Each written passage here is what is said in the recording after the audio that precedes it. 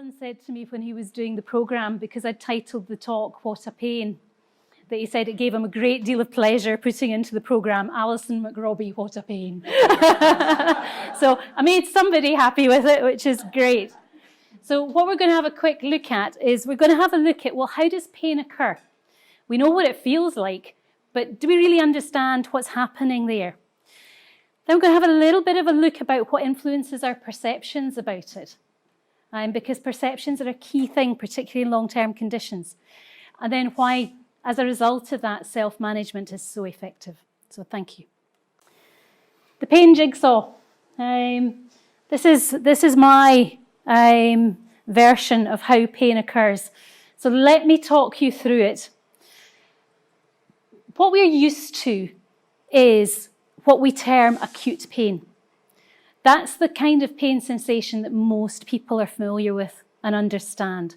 So that's when you burn your finger, you stub your toe on the corner of the cabinet or whatever else happens to have got in the way.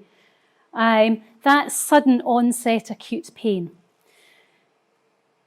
When that pain lasts for more than 3 months, now 3 months is an arbitrary time scale because we don't have any studies that tell us when does it suddenly change from being that acute pain that we know happens suddenly and will get better, and it changes to being there on almost every day of our life, and that becomes a chronic pain, and it's the chronic pain that we have a problem with.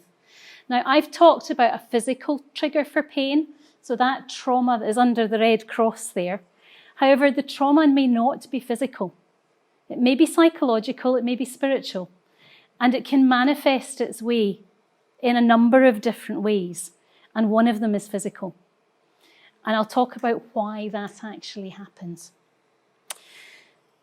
So just taking that acute pain for a start, because the pathways are the same. When you stub your toe, you have a very, very quick reaction. And the word ouch comes to mind quite quickly. Might be stronger than that, but I'm not allowed to say that in this forum. That happens really, really quickly.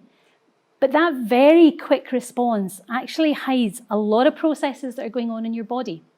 So if you've stubbed your toe, what happens is that hard contact sends messages up your nerves. They get to the base of your spine.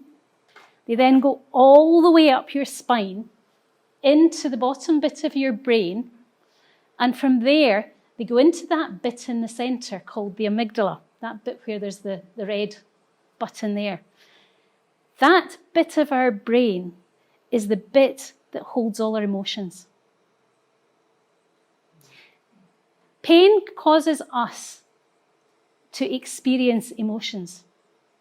Now, acute pain may have a different set of emotions associated with it because we know it's going to get better than the emotional association we have when we have a chronic pain, and that pain keeps going. So we know that that's the first place these pain signals go to. Now, notice at this point, I haven't even said we've experienced physical pain at this point yet, because we haven't. We get the emotional impact first. So all that is going on in the centre of our brain. So we've picked up all this emotional content. Then the signal passes on to this bit at the front of the brain, our prefrontal cortex, or command and control, as we refer to it. And it's only when the signal gets to there that we actually recognise it as pain, as a sensation. Whether that sensation is physical, spiritual, psychological, or emotional, that's when we experience that pain. We recognise that as pain, and that then sends the message all the way back down to your toe, at which point you go, ouch, or stronger. So there is a lot going on there. And because of all these areas, round about the hippocampus and the amygdala in our brain, there are all sorts of overlays that can happen to our pain. So understanding that now, and knowing that there's this physical component, which is maybe how we express it to the world, it's how our body expresses it, because it doesn't know how else to express that experience, whether it's a physical pain because you've hit your toe, or whether it's a psychological pain that is transmitting itself to other parts of your body in the way that your body responds because of the chemicals your brain produces as a result of these emotional responses, whether it's spiritual or whether it's social. That is the pain process. So that is how your body is responding. So there's these pain pathways going up, there's these pain pathways going down. Now, we have lots of medicines, and we tend to think the response to pain is to prescribe medicines. And you're thinking, I'm standing here as a pharmacist, so that's what I'm going to talk to you about. Actually, it's not. Because as you can see from the jigsaw, those physical symptoms, which are the bit that the medicines work on, is only one tiny, tiny part of the pain process, okay? So that's maybe giving you a bit of an inkling of why the drugs maybe don't work so well, because we're only tackling one tiny part of the process here. What we're not tackling is the other bits. And that's where self-management becomes so important. We need to recognise what's going on for us. So I'm going to ask you just for a second or two to have a think. What does pain mean to you? If you experience pain as part of your condition, what does it mean? Just take 30 seconds. What emotions does it conjure up?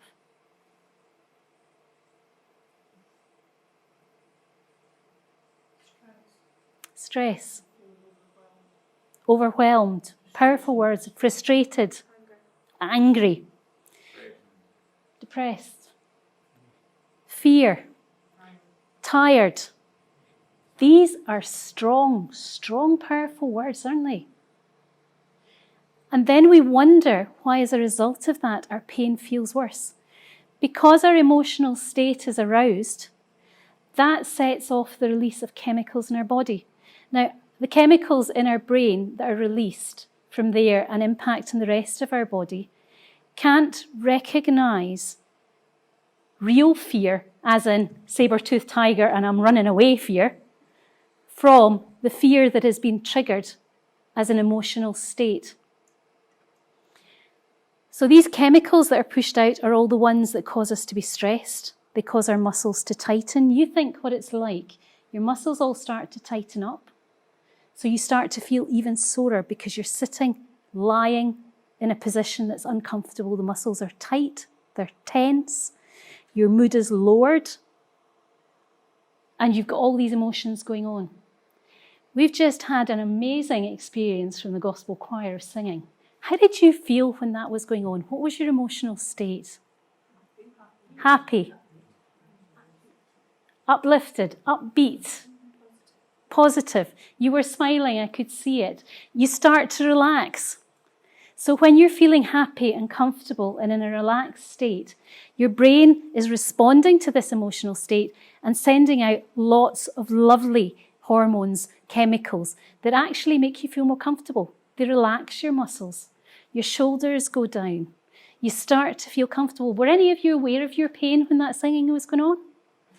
Probably not. You might have been a bit if it's particularly overwhelming, but generally it would be less than it would be at other times.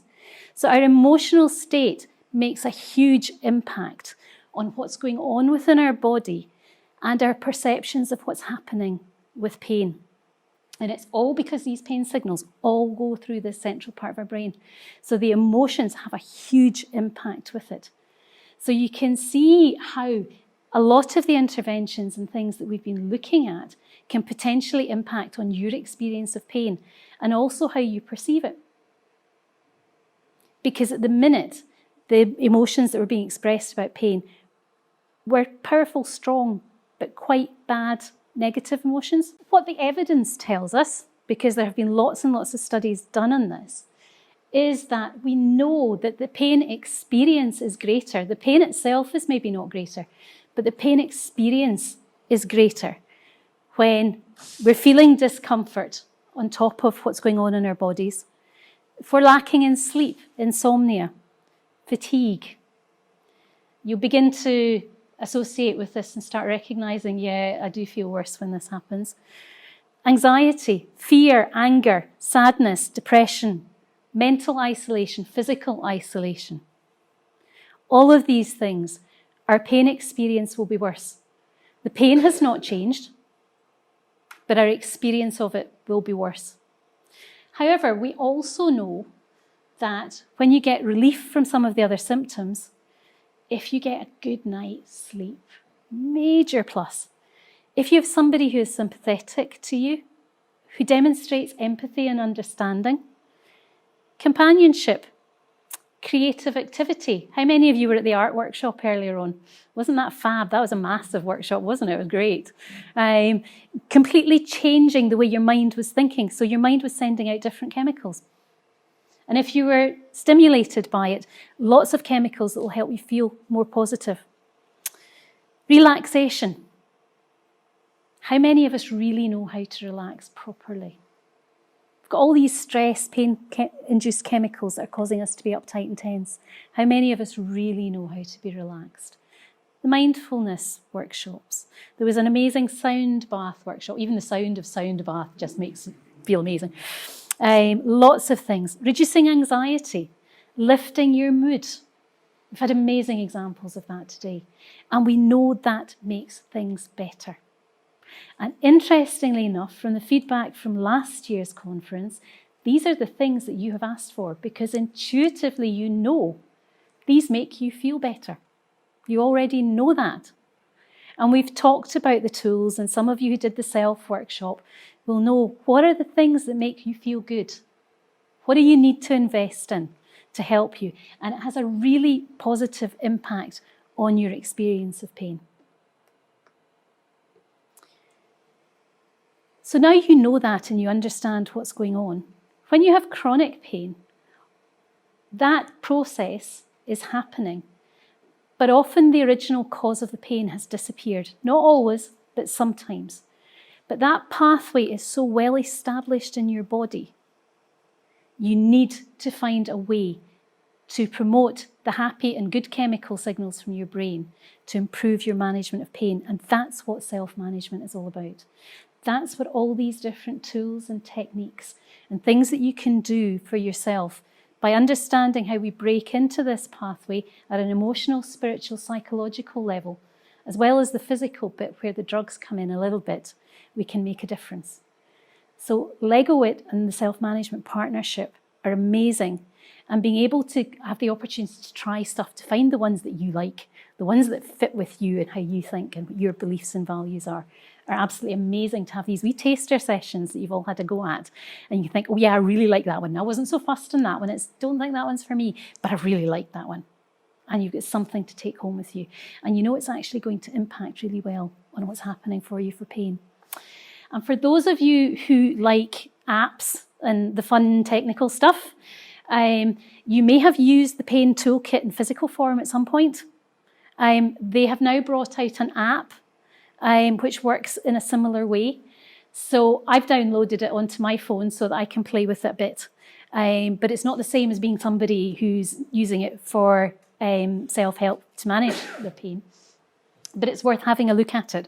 It's approved by the NHS, which is great, and it's free. So there's lots of reminders in there, along with all the things you've had a go at and you've learnt about over the course of today so far. So that's just a little bit about pain, but hopefully it makes a bit more sense to you and why we now do what we do and why the stuff we do works, or why some of the stuff that we tell ourselves in our heads isn't particularly helpful. Okay, enjoy the rest of the afternoon. Thank you.